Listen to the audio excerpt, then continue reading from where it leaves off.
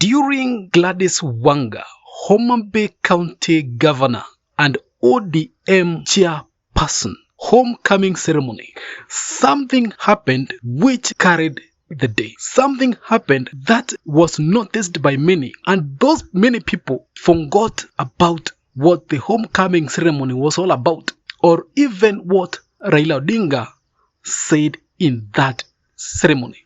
Remember that ceremony or homecoming ceremony, or we can say political rally or Thanksgiving rally, was attended by high ODM leaders, including James Orengo, a minority leader in the National Assembly, that is Junet Mohammed and others, while at the same time Moses Kuria from the government side was in attendance together with Nairobi County Governor Johnson Sakanja. But what carried the day was crowd demanding that Babu Owino, who was obviously being sidelined or being blocked from addressing the crowd or the rally, addresses them. Listen as the crowd demand that Babu Owino being given an opportunity to address them.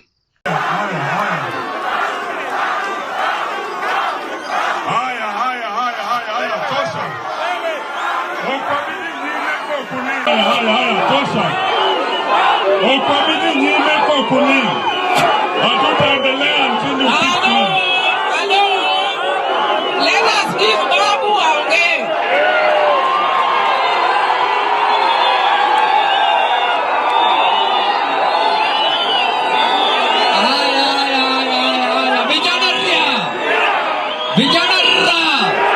Vijana team, wazee Kerala, warembo wamama majenzi tiagas.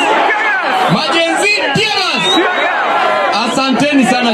That was very strange, or that was astonishing, while at the same time worrying top ODM leaders or politicians, whom they feel that politically have a bigger stake among Raila Odinga supporters. Considering that Babu Owino did not support the impeachment of Rigathi Gachagua, which was a direct violation or directly a defined call by Raila Amolo Odinga to vote for the impeachment of Rigathi Gachagua, Babu Owino instead never supported the motion. And few days later, Babu Owino boldly and bravely presents himself at the rally where Raila Amolo Odinga is in attendance, and instead of Raila Odinga's supporters attacking him as they are known for, they welcomed with two hands Babu Owino. Raila Odinga's supporters do not take it lightly when you violate or when you attack or you become disloyal to Raila Amolo Odinga. But on Babu Owino, they welcomed him. They demanded that the young man should address them. Now the question is, what are the supporters of Raila Odinga seeing in Babu Owino and which they are not seeing in other leaders? Because I believe even James Orengo or even Junet Mohammed or any other leader, including Wedun Sifuna, cannot be taken lightly by ODM supporters when they act contrary to the demands of Raila Odinga. So they must be seeing something unique in Babu Owino and something which they see in Raila Amolo Odinga. So what are the similarities, or what does Babu Owino possess which Raila possess that is making him win the hearts of Raila Amolo Odinga supporters? Number one, controversies. Odinga is admired by many but also faces significant opposition, while some view him as a national hero and reformist. Let's go back and see instances where Raila Odinga has become controversial.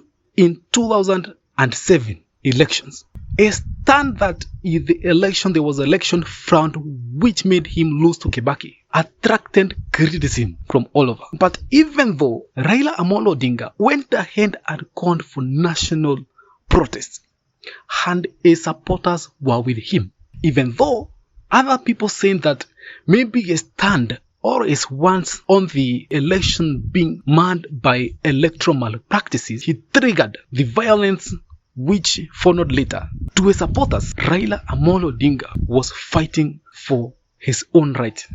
Raila Amolo Odinga boycotted 2017 presidential rerun after a Supreme Court nullified 2017 presidential elections. Instead of Raila Odinga participating in the rerun, opted out, and after the elections, he went ahead to swear himself as the people's president.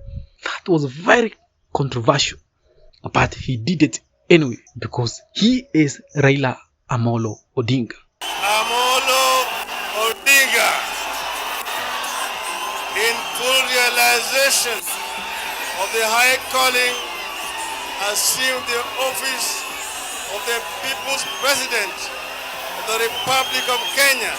His handshake with Uhuru Kenyatta in 2018 did not settle well with a lot of people, even with his supporters. But Raila Amolo Odinga went ahead and had the handshake. The same case with BBI, where many people did not support the BBI, but Raila Amolo Odinga turned for the BBI, fought the BBI, because he believed that it could have changed political and economic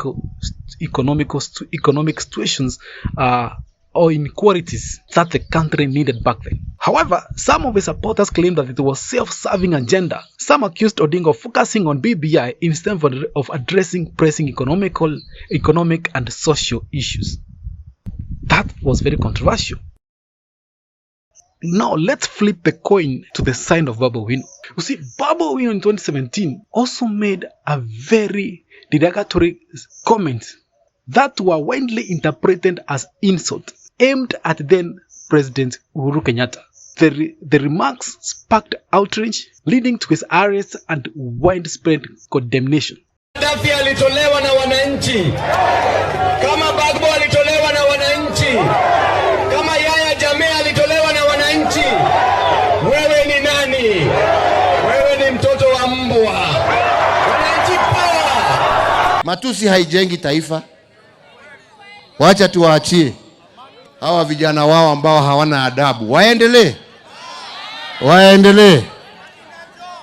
Wakifikiria ya kwamba ati matusi itatusimamisha sisi kufanya kazi. However, just like Amolo Odinga, who after criticizing President Uhuru Kenyatta's government and later making his ways and having a handshake with Uhuru Kenyatta, criticizing President William Ruto after 2022 general election, calling for protests and later shaking hands with William Ruto. The same case Babu Owino did. He apologized and his apology was accepted by Uhuru Kenyatta. Even when Babu Owino was a student leader, he was known for defending student protests. He has made history of making controversial remarks supporting those protests, especially during his time as the chairman of student organization of Nairobi University. On multiple occasions, he incited students to take radical action against the university administration and government policies he opposed, leading to clashes with the police and criticism over his influence on student activism. Another thing matches with Raila Odinga. And you see, also, Babu Owino has criticized ODM party top leadership over appointments, especially after 2022 general elections. He publicly voiced his disappointment when he was not appointed as the chair of Public Accounts Committee, a position he believed he deserved based on his loyalty and contribution to the party. Owino's frustration hinted at dissatisfaction with ODM's internal appointment processes, indirectly questioning Odinga's role in party decision without directly criticizing him.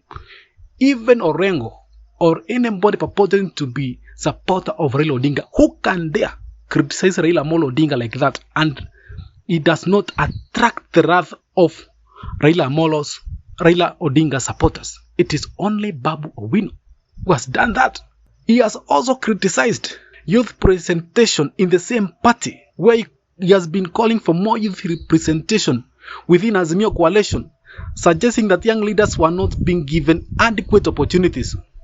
While he did not directly criticize Odinga, this was seen as a call for Azimio's leadership to empower young voices and could be interpreted as subtle challenge to Raila Odinga's leadership approach, particularly in youth-dominated country. That is another thing another instance where Babu Owino has criticized Raila Amolo Odinga, and the supporters of Raila did not get angry with him. That makes Babu Owino more like Raila Amolo Odinga. They share the same characteristic of being controversial, and that is what Raila Odinga supporters are picking with this young man. Whatever he has done, nobody in Raila Odinga's party can match his courage and his boldness. He ignites fire and he walks into the fire, and fire does not burn him. That is just like Raila Amolo Odinga. And for who are wondering who may take over the leadership of Nyanza, or who will take over the mantle from Raila Odinga, people should be worried about Babu Owino, because Babu Owino is being embraced by Raila Amolo Odinga's supporters. That is my thinking. I could be wrong.